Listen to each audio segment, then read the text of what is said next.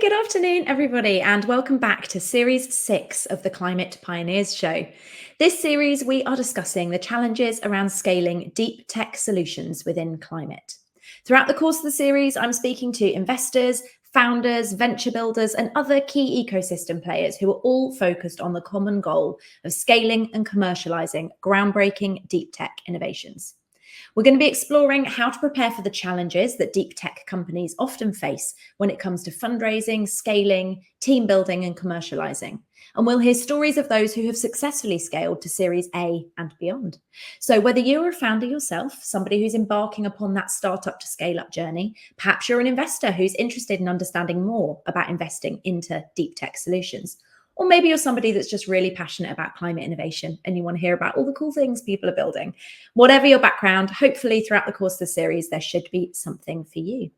This is our third episode of the series so far. So if you've missed any of our previous episodes, you can find them on my LinkedIn profile or on the Above and Beyond YouTube channel or in podcast format on Acast, Apple Podcasts, or Spotify. So please feel free to go and check out our previous episodes there. And today I am delighted to be joined by Puja Balachander, Director of Venture at Carbon13. Puja is an exited founder herself and product leader who specializes in supporting early stage companies with scaling and commercializing in climate. And for the last 2 years, she's been working at Carbon13, initially heading up their Venture Launchpad program and now looking after all of venture within Carbon13. So Puja, thank you so much for joining me. Thanks for having me. Excited to be here. My pleasure, as always. And could you kick off by explaining to anybody listening who hasn't heard of Carbon13, what is Carbon13? Talk us through the organization, all the different parts of it, and how it's contributing to building climate startups. Amazing. So Carbon13 is the venture builder for the climate emergency. We basically support early stage climate tech startups to reach with massive decarbonization potential to reach that potential. And we do that in 2 ways. So one is through our venture builder programs where we have founders or potential founders come in and form teams and start companies with that massive decarbonization potential. I should say we are not only focused on carbon in that process. We're not like, I think we often get the rep, or people are slightly confused that maybe we only do decarbonization startups or only ones that are doing carbon removal or something along these lines. That is not the case.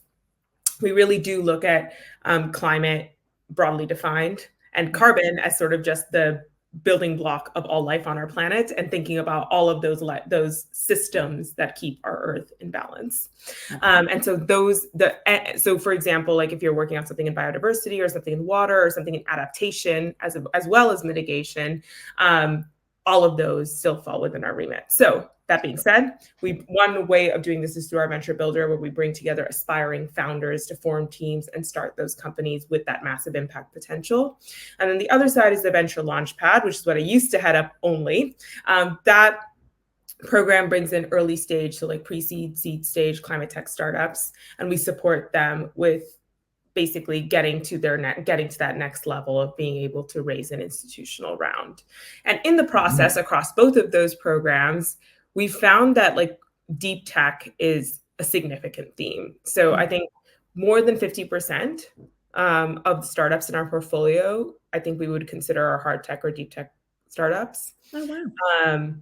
And we've definitely found that it's sort of not just software that comes through the door, especially on our venture builder programs where we're seeing that ideation kind of happen in real time. We're really seeing that a lot of those hardware solutions are necessary and the ones that have the big impact. Absolutely. And there's quite a unique set of challenges, right, that those deep tech and hardware based companies face that perhaps their more traditional software or SaaS counterparts don't. In your experience, specifically, let's talk sort of venture launchpad, I guess, because that's where most of your experience to start off with was within Carbon13. The companies that you were seeing at pre-seed and seed stage come through that accelerator. What were those sort of unique challenges that the deep tech startups were facing that you saw? I think a big challenge is this standard like chicken and egg problem, right? I mean, I think even software founders will tell you that they have that problem of like, okay, we can't build anything until we have funding. but we need funding to build something. You know, that's always the standard thing. Yeah. And I think in hardware, it's even harder, right? Because like in order to even build, let's say, a desktop prototype, something that just validates that the science and engineering of what you think can happen can in fact happen, even on a demonstrator scale, that often can still be pretty expensive, like far more expensive than throwing together an MVP software product. Mm-hmm. I think that's the core challenge there. And so I think often the startups that are coming to us in the venture launchpad are kind of caught in that catch-22, where they've been at the stage where something maybe has like academic validation, or they've been trying to commercialize some sort of IP that they have, or they've maybe even gotten to the point of a desk prototype with like grants or something along these lines, but they're struggling with putting together that commercial narrative and getting the commercial kind of traction necessary to then actually raise their first sort of institutional round. And so I think that's the core challenge there.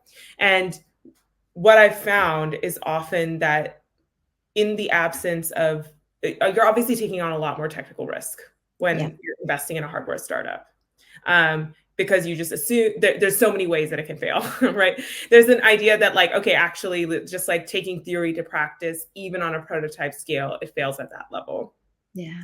Then there's the standard, then there's the side, which is much more common, of like, it works at prototype scale, but as you scale it up, it fails at that stage. And then there's like a failure in terms of like the technical side of like, okay, it just doesn't do what you think it will do.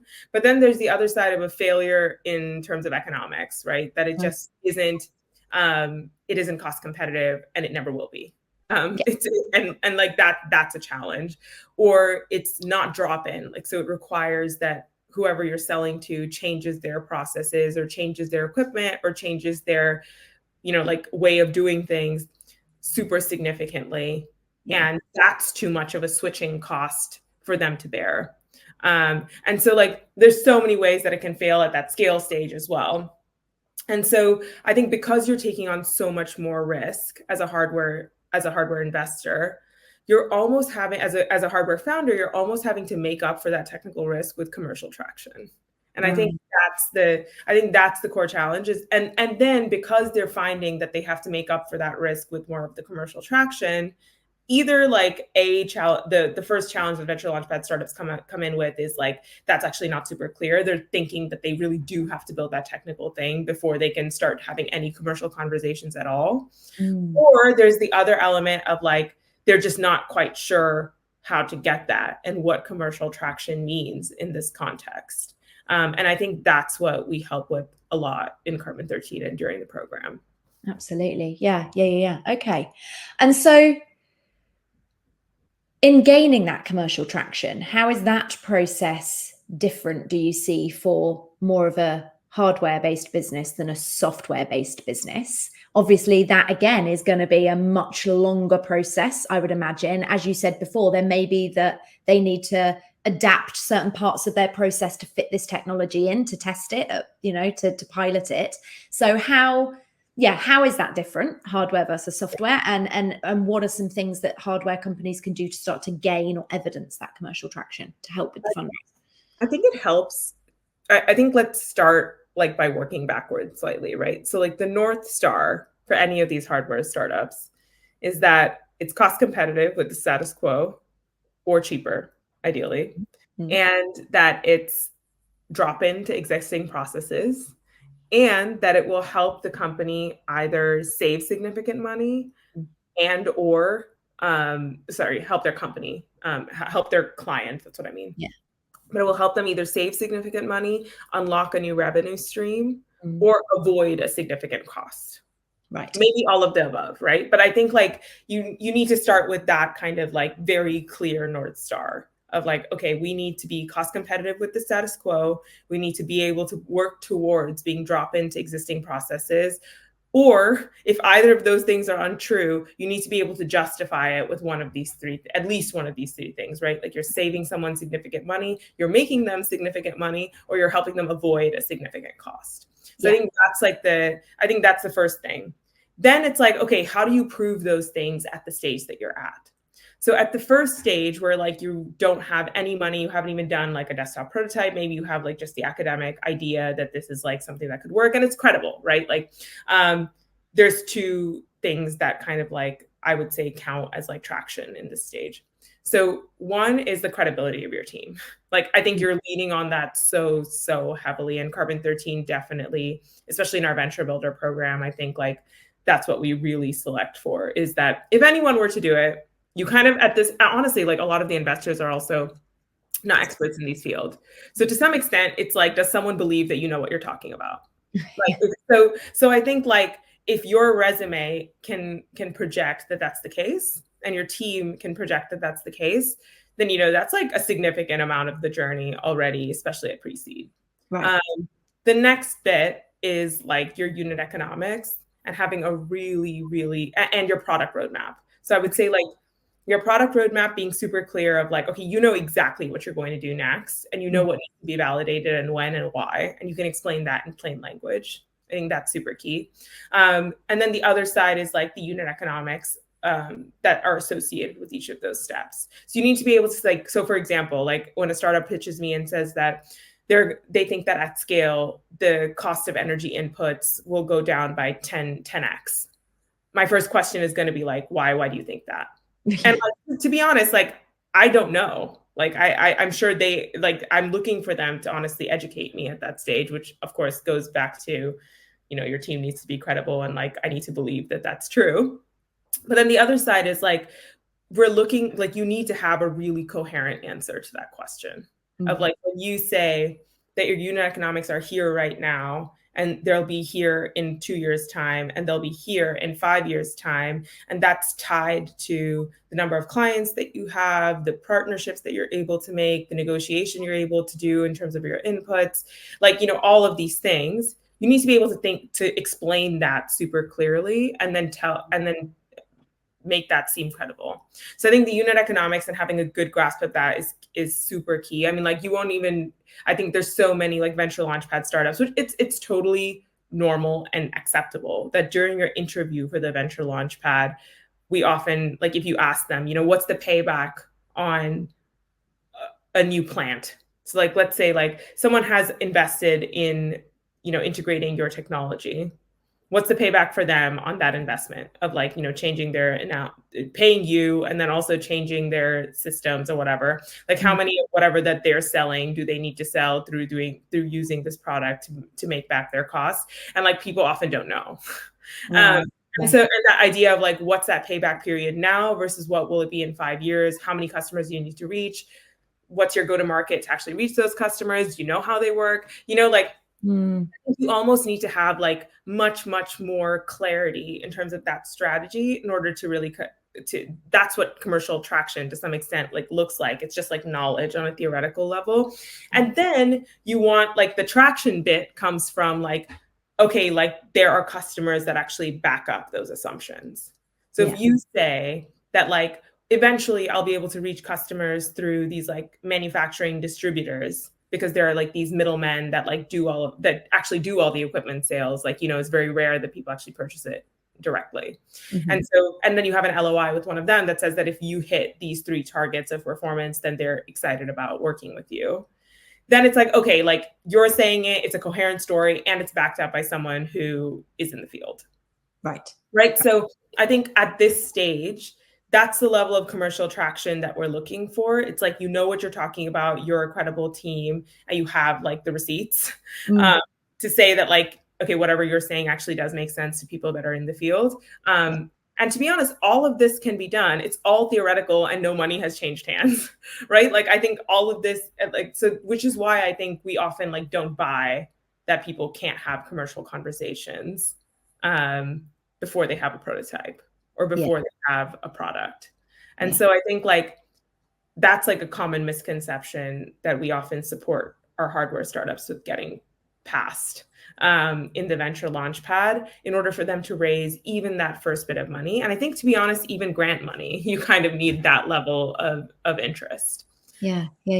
And how much do they struggle with that aspect because of gaps in the team and having that commercial knowledge within the team to build that kind of stuff out? I mean, I think if they've come through the venture builder, that may be slightly different perhaps because they've got access to a broader range perhaps of skill sets in who they could team with. But if they're coming to you through the venture launchpad and they are already formed as a team and perhaps they've spun out of academia or, however they've ended up meeting, I suppose it's often a common theme, right, in hardware and deep tech startups that you'll have experts in the technology that kind of cluster around an idea, but there isn't necessarily anybody in that founding team that holds that commercial expertise perhaps to help them figure that stuff out. So obviously that's partly what the Venture Launchpad does for them, right? But for startups that aren't part of that, how else could they access that information or upskill themselves on that? I mean, the cop-out answer is maybe join an accelerator. I mean, to be honest, that is like, I will say like at Carbon13, like we have our entrepreneurs in residence who are all super commercial, mostly exited founders, and they're effectively like your quasi team members over the course of, whatever, 10 weeks that you're on the Venture Launchpad. And they're the ones asking you these questions and like basically forcing you to come up with these deliverables. I think that's one side, is like, there's the cop-out answer of like join an accelerator. Yeah. But the other side is like, just build the financial model. I mean, like, I think a lot of the time people like psych themselves out and think that that's like a very specific skill set. Honestly, myself included. In my former startup, I mean, like I had definitely never done anything like businessy. I did not even know, like, I didn't know how to like use Excel really. And then I had to like make a financial model for my startup. And I like, it's actually much easier than you think. You just have to get started. I think the key is like, you're really thinking, I think like, again, work backwards, right? Like for me, it really helped to start with the market size. So to actually think about like, okay, for my solution to be useful, like who is that useful to and how many people are there? And then how do I make money on them? So it's like, if there are this many people and they each paid this much and it cost them, and then you think about like, okay, like what are my costs to serve that person? Like, how am I going to reach them? So like you're basically working backwards again from the people that you're working with. I think like that's one element. I always recommend this to the founders is just like start with a financial model and then just mess with your assumptions. Because to some extent, it's like you are almost, again, you're working backwards. Like, what you have to get to, what the cost needs to be. And therefore you have like all these different variables to play with to get there. And then your question becomes like, okay, now I've gotten to something that technically leads to the cost that I need. Is that realistic? Yeah. And like, in what world would that happen? And then if that's like a wild world, that's like completely out of the realm of possibility, then like maybe your solution is like an interesting academic solution, but not actually like commercially viable, which is sad, but true. Or it's like, okay, actually this is not like wild and out of the realm of possibility, but it's ambitious. And then you have to like convince people why that ambitious story will actually happen. And so I think like starting from so my concrete advice is like, start with your financial model. The other side is like, there are ways of like, so you can, for example, I know like LBS has a jobs board. I know like Business School in Oxford has a jobs board. Like, you can tap into people that do have that commercial expertise and can just ask you those questions. Like, it will still be on you, to be honest, at the end of the day, to come up with those answers. They probably won't. But like, they can ask you the question and help you like set up your initial kind of like spreadsheet or whatever to say like, okay, what are your inputs now? Like, how many people do you think you can serve? Like, why is that? Like they'll ask you the dumb questions that will lead you to like actually have some assumptions that you can then put in. So I would definitely recommend checking out like the LBS job board, checking out the Said job board, and like just even having an MBA student on for like, I don't know, 2 weeks to help you with putting together a first version of your model. Yeah. But yeah, I mean, honestly, a ton of desk research is super key. And again, I think like, just keep in mind those North Star things. Like, you need to be cost competitive. You need to be drop in. You need to be able to tell someone how they're going to be saving money, making money, or avoiding a cost. Amazing. And like, if you're able to like communicate that both to your clients as well as your investors, that's generally like a good place to start with the hardware.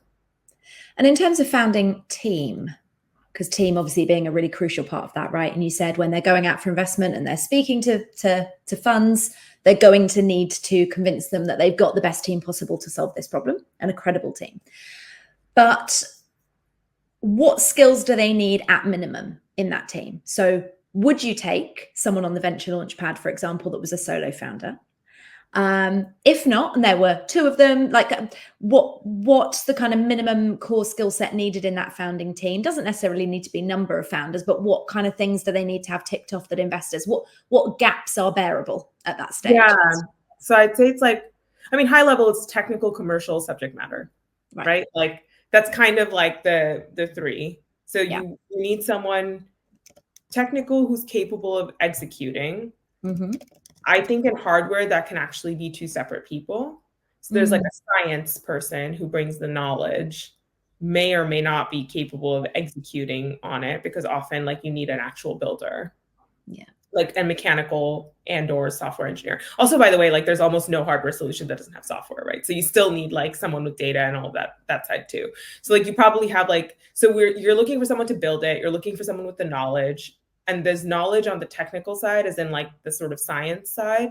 And then there's knowledge of like the commercial and like the problem side. And so often there's that like, there's folks that like, you know, just have really deep industry connections or have been working in industry in an R&D capacity before coming in, something along these lines. And like, so we are looking for like that level of knowledge and networks. And then also because like, you know, you're going to be asked all these go-to-market questions. And to some extent, you kind of need someone who already comes with that knowledge, or you need a commercial person who's like really on being able to like discover those things. Right.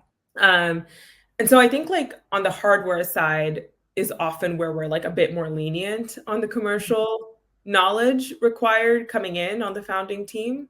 And the commercial skills required. But I think you basically need to be able to say, like, this is our product roadmap, and we know that we as a team can execute on it. And then we'll be like, okay, cool. Like, maybe we can help you on the commercial side, and you can upskill. That being said, if they can't upskill, it's basically either you need to bring someone in, or the project is likely, it's a project, it's not a company, you know? So I think like the commercial thing is still non-negotiable. It's just that you either have to develop the skills or bring in someone who will. So I guess, to answer your question, on the founding team, we're looking for like knowledge, building, networks, commercial, I guess. And then that could come in the package of one person. It's rare. But it's rare, but it has happened. Like, so we have invested in solo founders, but they almost always have like, not almost always have a really strong executive team. And often in the launch pad, the reason for that is because like they've had some sort of co-founder breakup in the past. So they weren't always solo founders, they just are now. And they have like some really strong team members that are plugging those gaps. Because I think the core challenge is like, you basically just don't have the capacity to do all the work that's required at this stage on your own. And so if you don't have someone else working with you, even if you technically have all the skills, it's unlikely you'll be able to execute on everything you need to. And so it's more that we're looking for that on the team. We still significantly prefer a founding team, but we're more willing to make exceptions in the launchpad than we are in the builder. Yeah. Okay, perfect.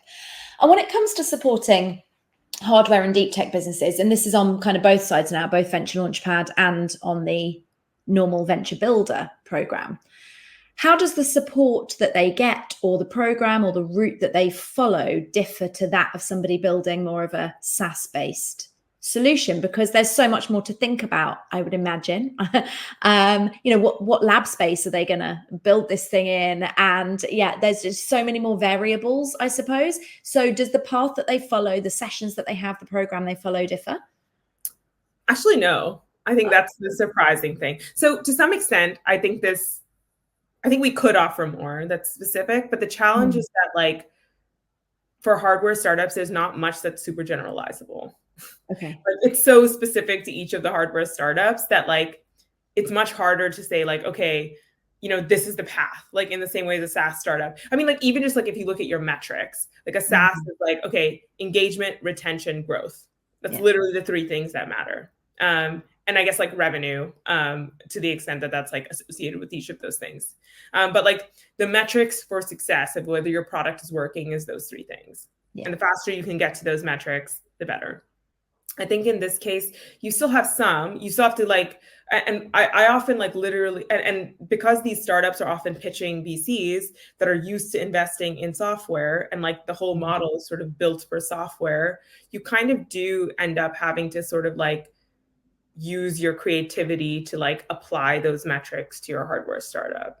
Okay. So for example, like growth is an obvious one. Like it's like how many clients can you sign? It's just like it's a different standard. Like you're probably not expecting to grow 10x week on week or whatever, but you still have a growth rate that you're reporting on. Yeah. But the question is like, okay, what's the equivalent of retention? Is it like, okay, they're going to renew a contract? And then it's like, okay, how long does that take? And like, what are the dependencies there? And then there's also the side of like, okay, then there's engagement. Like, what does it mean to be engaged on a hardware startup? So like so especially at this early stage, maybe it's like, I mean, for example, one of the startups that we were working with, they were doing agroforestry credits in India. And of course, like the buyers of those credits, it's a long way before they're going to be buying those credits because they're still working on a framework. They're still working on like, getting those farmers involved, blah, blah, blah. But one of the things that they thought about was like, okay, how do we measure engagement for our potential clients? And so they started hosting these webinars on just like being a good buyer of carbon credits and charged people to attend them. And so that became like, okay, this is a pretty good like they're paying to be part of this webinar, which is a pretty good indicator that they're engaged and likely to be like a customer at the end of the day. And so I think like actually challenging yourself to like figure out how you actually make your startup kind of fit that sort of more SaaS-y mold can be a useful brain, like kind of like mental exercise sometimes. But that being said, high level, we really focus on just aligning in Carbon13. All of our startups are focused on like aligning product, commercial, and carbon. And so you're basically looking at what's your product roadmap. Whether you're SaaS or hardware, you have one of those. It just looks different and the timelines are different. Then the other side is like you're aligning that with your commercial milestones. Again, whether you're hardware or software, you have that, but the milestones are going to be different. And we definitely give examples on both sides. So in that way, like maybe it's a bit more adapted. And then on the other side, you have the carbon. So it's like, if you've done all those things and you're growing at the rate you think you are, then how much carbon are you going to be mitigating? Right. And so it's like, and that's almost like taking your financial model and translating it into like CO2e. And so that, and again, like, so because we're so focused on that as a framework, I think it actually does apply equally to both.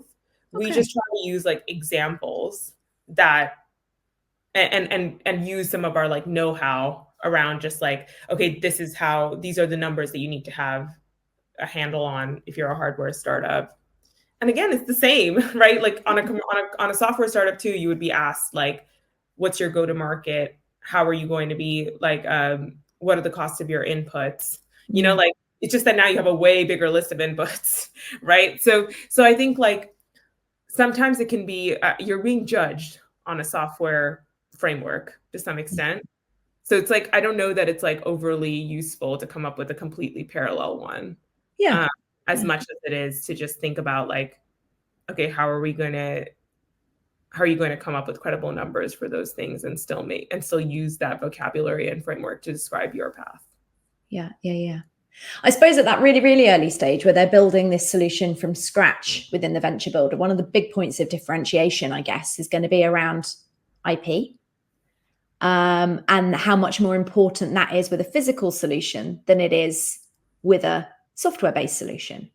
What do you see being the differences there between the hardware and software companies that come through, and how do you support them on that journey, the de-risking right from the outset on the technology? Yeah, so I mean, I think some of our founders do come in with IP that's already like patented. So like they've worked on it in some academic capacity, and they're coming in with either like a PhD in some very esoteric subject that that is kind of commercializable and patentable. We do have, I will say, like one of our EIRs is an expert on that. So I think like a lot of our IP knowledge comes down to him advising each startup and supporting them on that journey. Yeah. We also have some great partnerships with IP law firms as well that do some free advising on that side. But I will say like a big part of the way we select some of our science founders is like whether they already have some IP that they're bringing, or they have some, as in it's already patented and protected, or we think that it's like quite protectable. And so I imagine that really slows the traction or the speed at which they can move down, because if they're building something and there is no, do you know what I mean? Then they've got to go through that process from scratch. That can be quite. they do. I mean, we found that like many people do it. I don't think, I mean, like, especially at this early stage, right? Like, I think the key is it then becomes like, okay, you just can't share that much about it publicly. And like, you have to be careful about the way that you interact with your potential clients. And like, you need to understand like what the criteria for success are from your client that you're then designing for, rather than telling them what you're designing and then asking them what the criteria of success would be, right? So like, I think it's like, we do give a lot of guidance in terms of like how they should like go about getting that commercial traction when they don't have their IP protected yet. But I will say like there's an element of like us judging whether there is some potential there, even at the application stage. And then there's like, okay, as they continue, like, and we see the ideas evolving, then we're like further applying that filter. And then there are like, you know, pretty concrete ways that we advise them in terms of like how to go about starting to build and starting to have those commercial conversations without risking themselves. And then there's like, okay, we have like pretty solid advice in terms of their IP roadmap and strategy from internally as well as from our law firm partners.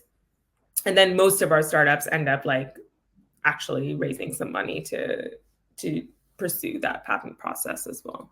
Yeah. And in terms of giving them the space, the lab space, the physical space in which to be working on this stuff, how are you able to do that through Carbon13? Do you have partnerships with like the university, or how do they find that space? We don't have formal ones. To be honest, we found that our founders are like super scrappy. I mean, and have mostly managed to figure that out. And then it's become like, you know, we have ones that we refer to. So like, we do have a list of like where we know are like lab spaces that other Carbon13 ventures have managed to get either discounted or free space at. And so we like refer to them. Yeah. Not formal partnerships per se, but we definitely have some of those relationships that we do referrals with. And honestly, I think like most of the credit though goes to the founders themselves. Like they are super scrappy and have been able to figure that stuff out. Yeah, good. Well, that's in the founder DNA, I suppose, isn't it? That like hustle spirit. I guess like this is also like a low-key test of execution. Right. Just like, are you able to be resourceful enough to find that sort of thing and not be kind of hamstrung by this like chicken and egg scenario and therefore do nothing? Yeah. How are you just going to figure it out and make it work? Yeah, totally. Cool. And if you think about the startups that have come through, either through the Venture Launchpad or through the Venture Builder, that have been hardware, deep tech solutions that have done particularly well, I don't know, are there any case studies, any ones that you'd highlight where you think they have particularly excelled and against the odds, I suppose? And why do you think that has been? What's been unique to them that's you know, propelled them where others failed?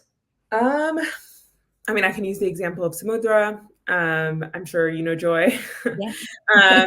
And yeah, I mean, just like incredibly intrepid entrepreneur, working on definitely like a hardware startup in a particularly difficult setting as well. I mean, Ocean Robotics, I don't know that it gets much hard techier than that. I think like the things that have made them successful, for sure, just like building earlier. I know that even during the Venture Builder, like phase 2, they were already working on a desktop prototype. And they just like managed to find some farmer in Scotland that would help them, that would let them test it, you know? And so they would just like take these trips to Scotland and like put their prototype in the water. And so I think it's like, and I think this is like an example of, you know, for example, we had like a algae paint startup that went through the Venture Launchpad. And one of the challenges that they were facing was that, like, I mean, she was literally mixing paint in buckets in like some random in like her apartment, you know, with algae. And so I think one side is just like being super scrappy and being able to do that sort of thing. And then when we asked for traction, it was literally just like paint a board and just show us what happens, as opposed to like, you don't need to have a client who's letting you put it on some like fancy place, you know, just show us that it sort of works. And so I think there's an element of just being like willing to, I think on the investor side, willing to take a punt on like that much scrappier looking product at the end of the day, and like much less evidence to some extent. But then the other side, on the founder's side, of like not being married to having like too much infrastructure in place before you can actually test something. I think I might have, oh, right. So Samudra and this one. So I think both of these are pretty good examples of like a reasonably, and then I guess the other side is like, so for example, with the algae paint, she really tracked like her experiments every week, or whatever, however long it took the algae to grow, and shared the learnings. I think that's a huge part of how you communicate your ability to build with investors. So for example, when I was doing my startup and it was in SaaS, I would get asked all the time, like, how often are you shipping? So it's like, how often are you actually releasing a new version of your product? How often are you releasing new features? How quickly can you execute? How sticky are those features? You know, blah, blah, blah. So like, there's a lot of those questions about just like speed and quality of your execution. And I think you want to almost like have a proxy of that in hardware to some extent. It's like, can you show that you have a really strong like learning and iterative cycle, where you're like interacting with clients often, you're testing something often, and you're getting back that feedback, even if that's just your theoretical unit economics. Okay. Like, I think it's like, even if like, okay, you started with some level of unit economics and you know that you actually don't have the backup, like you've just basically done this based on desk research. Now you go out to a bunch of clients and you're like, okay, like actually is this good for you? Like, does this price point actually make sense? Like, would this be something you'd be willing to pay? Why or why not? And then you're like getting that feedback and adjusting accordingly. And then similarly, it's like, okay, you can go and look at the cost of these inputs and you can say like, okay, actually, like what is reasonable to expect, or like what are the costs of sales that make sense here? And you're like just continually checking in with those different commercial stakeholders and adjusting your assumptions accordingly. That's another way, I think, of showing that you have that like iterative learning cycle. And on like a really granular, practical level, how would you display that to an investor, do you reckon? Because obviously you can't be emailing them constantly, like, hey, I'm going to tweak this. Would you advise writing it out almost like a log, right? Or like I mean, I will say, like, I can only speak for myself. In my data room, when I was a founder, I like did have a log of sorts that just had like the learnings. And I, to be honest, who knows if anyone ever read that, but I had it in there. I will say in our deck, I will say, like, just anecdotally, when I would pitch, the thing that made people kind of like sit up and be interested was when I shared what we had learned. Like, I would say, like, we made this mistake. People just did that, like, behaved in this weird way, and we adjusted accordingly, and now we have this, you know, like, so when you're able to tell that story, and often I would tell it in the context of like that milestone slide and traction. So I would look at like, okay, what's the traction that we've had so far? And I wouldn't just talk about our accomplishments. I would talk about like, in the process of, you know, like, we've gotten to this level of, you know, retention, but actually it was like a really difficult journey to get here. Like, we started with this, and like, and we learned this stuff, and now we're at this stage, you know? And so I would say, like, that's a kind of subtler way maybe of like bringing some of that in. And finally, in terms of your questions, right? Like, I think always, like, when people ask you a question, like, try and bring it back to, you know, when I spoke to XYZ, or when we tested XYZ, this is what we saw, and therefore this is why. So like, actually tell the why behind your answer, not just the what. So I think like I mean, just like making a habit of referring to your client and commercial feedback or your technical feedback or whatever from their mouth, I think is like a really strong way of also projecting that you're like, you're in it and know what you're talking about. And I think gives investors confidence on a more subconscious level, that you're somebody that when there's a bump in the road, you can handle it, you're resilient, you'll pivot, you'll adapt as needed, you'll learn from that and you'll push forward. Exactly. And frankly, it's much more interesting to listen to, right? Yeah. Like people want, like it becomes a story rather than like a list of stuff, you know?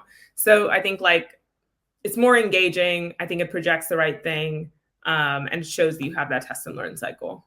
Yeah. Which amazing. Of course in SaaS they really select for, and is often harder to prove on the hardware side. Yeah. You said there about investors needing to perhaps be a bit more flexible in the type of commercial traction that they'll accept, or accepting, as you said there with the algae paint, something that's a bit scrappier and not a polished prototype.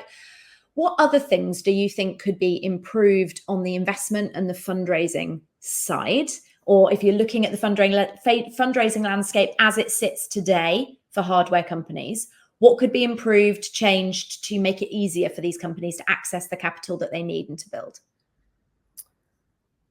I mean, I think high level, like, again, the ones that I've seen have done it well, basically have to put together grant funding, equity funding, and client money, like revenue, basically together to be able to get to their first meaningful milestone. Yeah. Like you pretty much need to put those three things together. So like, I guess we're thinking specific. So I guess on the client side, there's an element of just like sandboxing. I think it's so much easier as a buyer of software to like carve out like some experimental either money or like time or resources to say like, okay, yeah, sure, we'll test the software. It's like pretty risk-free. Yeah. In this case, there's definitely more risk, but I think there are quite a few, clients, I guess, suppose, or customers in this space that are willing to. I guess like the bigger thing is just like, okay, how do you formalize basically those sandboxes and making it a bit easier? So that's on the client side. I think on the grant side, I mean, writing a grant is a skill. Yeah. I think like that's like a big element of it, is just like you need to know how to play the game slightly. And to be fair, like a lot of the hardware founders are academics, so they do know that game. And those that aren't, sorry to cut in there, those that aren't, do you think that there's something in that grant writing process that disadvantages those that don't come from that background? Oh, for sure. I mean, I will say like ChatGPT is super helpful. Yeah. That's my really like basic answer is like, I don't know, as a commercial person who's written a bunch of grants and not academic at all. Right. I feel like often I've basically done the bullet point version of what I think. And then I've gone through and gone to ChatGPT and been like, okay, like here's the question, here's the criteria for the responses now, and here's my response. Now reformulate it to match that. Oh, interesting. And then I just edit that. And it's like, honestly, I've had much bigger success doing that with literally just taking the exact same content, but reformulating it in the way that they want to hear it. Yeah. So like, that's my like very logistical advice on like applying for grants, is like use ChatGPT and like try doing it that way. But of course, like don't use it to write it from scratch. Like always do your own version first, because otherwise you get like random stuff that's like it's super easy to see through. So I think use it, don't abuse it, I suppose. Yeah. On that side. And then on the investor side, which was your original question, I think there's an element of some of those, like the frameworks that need, so one side is like how much you're raising and how much equity you're willing to get for that. Mm-hmm. So like I think the valuations by definition need to be a lot higher, even at an earlier stage, because you're raising so much money. Mm-hmm. But the goalposts haven't changed, right? Like you still have the same, like you're probably can only be diluted about 20% in each round. So like, because that hasn't changed, that means the valuation is like kind of the only variable that you can mess with to get to that number. And so I guess there's an element of just like knowing that reality. Mm-hmm. There is an element of like, okay, actually having a different path to financing. So like you have a path to debt much faster. So therefore you can actually tolerate bigger dilution earlier on. Okay. So, for example, like if you know you can right now, like the 20% rule applies because you're assuming that someone is going to raise like a series D and E or whatever. But like actually, if you think they're only going to go up to like series A and then they're going to graduate to debt, then maybe you can actually take on more dilution earlier on. Okay. But like you need to have that path like really early on. And so just in basic terms, what is that path, and what's the what threshold do you have to meet to be able to go for debt financing above going to a Series B? I mean, to be honest, like I think this is something I'm educating myself on at the moment as well. Yeah. But high level, it's like you need to have predictable cash flow. Okay. That's what debt financing like relies on, right? It's just like you're able to, with a super high level of confidence, say that like you're gonna have these cash flows over the next however many years. And that means that you kind of have to get to that level by the time you're at Series A, which is really freaking hard, especially as a especially and like there are people that are working on like better debt financing structures as well that are like maybe like less reliant on that. But assuming that goalpost isn't going to change much, it pretty much means that like you need to, again, the commercial traction is even more important at the earlier stage. Like it's even more important that you have those unit economics right. Yeah. Because and that you therefore like are probably raising like chunkier amounts for more equity because you and having a longer runway because with that equity financing, because you need to prove so much more in order to get to the point that you can say we're going to have like these stable cash flows for the next 10 years. Yeah. And so like, over that longer time frame. Wow. Yeah. Maybe 2 years is like it was too much, but like I mean I wouldn't read too much into what I said there, but like but basically like for a reasonably like long time, because you're at that point you're getting project financing, it's huge. But okay, so that's one side is like high level theoretically you pretty much just need like stable cash flows. But there are also these things like, for example, it wasn't until I spoke to like a project financer that I realized like how much like specific engineering consultants actually really play into that process. So for example, there are like project financiers rely on these like engineering firms and engineering consultants to basically sign off on like your plans. So to say like that's credible. Like, okay, if you build this building, this number of factories, like that operate in this way will in fact produce what you say it will produce. And like, so like there, and they put a lot of stock in what those people say. So actually having like networks with those folks earlier on can actually really help you with like presenting a really much stronger and more compelling case.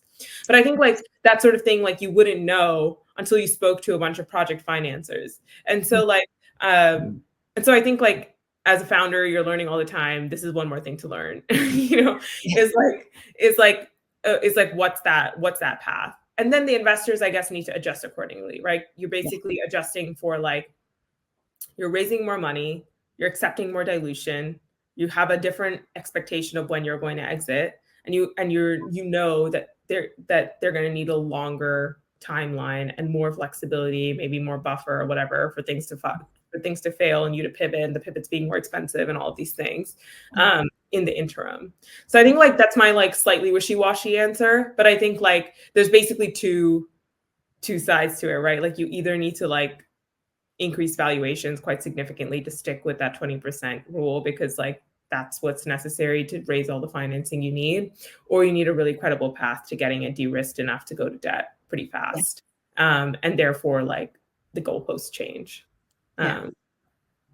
Okay. Wow. Thank you for explaining that. And what are you excited about for this year? And tell us as well about the application dates, when they're open for both the Venture Launchpad and the Venture Builder, for anyone listening that wants to start on this path. So super excited that both the Venture Builder and the Venture Launchpad applications are out now. The programs start in September and October, respectively. They're both in Berlin and Cambridge. And so actually, I should say the Venture Builder programs are in Cambridge and Berlin, and there's in-person elements to both of those. In the Venture Launchpad, it's fully remote, but we are looking for UK headquartered startups. So across the board, applications are open now. Programs start in end of September to early October across both of them. Deadlines, I believe, for both are in mid-September. Right. So apply now. We are extending offers on a rolling basis. So actually, the earlier you apply, the more likely you are to get an offer, most likely, because I guess we're just comparing against fewer people. Most people are applying towards the end, as you can imagine. So that's just like 2 cents there. But yes, I think just the opportunities, especially since at Carbon13, we've also I think one of the things that excites me is that we are like bringing more consciously this like broader focus. So not just purely on mitigation, but also on adaptation, on things that are like less directly related to CO2e. So things like biodiversity, things like, water. I think all of these, I think those kind of focuses and broadening our focus on just like natural systems in general is really exciting to me. And I think opens up way more possibilities for our founders as well in terms of the ways that they can make impact. Fantastic. That's great. And where do they go to find the applications and to make those applications? Carbon13.com. You can go to our programs. You will see the links to apply and the relevant deadlines for each one. If you're a UK-based, well, I guess if you're willing to be UK-based and you're a founder, then please apply to the Cambridge, or you're an aspiring founder, apply to the Cambridge Venture Builder. If you're EU-based, apply to the Berlin Venture Builder.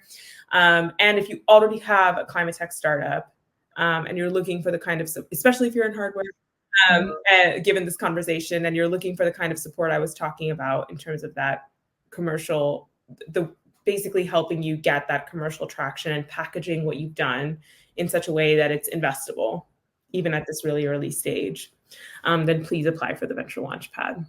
Amazing. Puja, thank you so much for spending your lunchtime with me and for sharing all of that, sharing all your experience and your wisdom with us so generously. So thank you very much.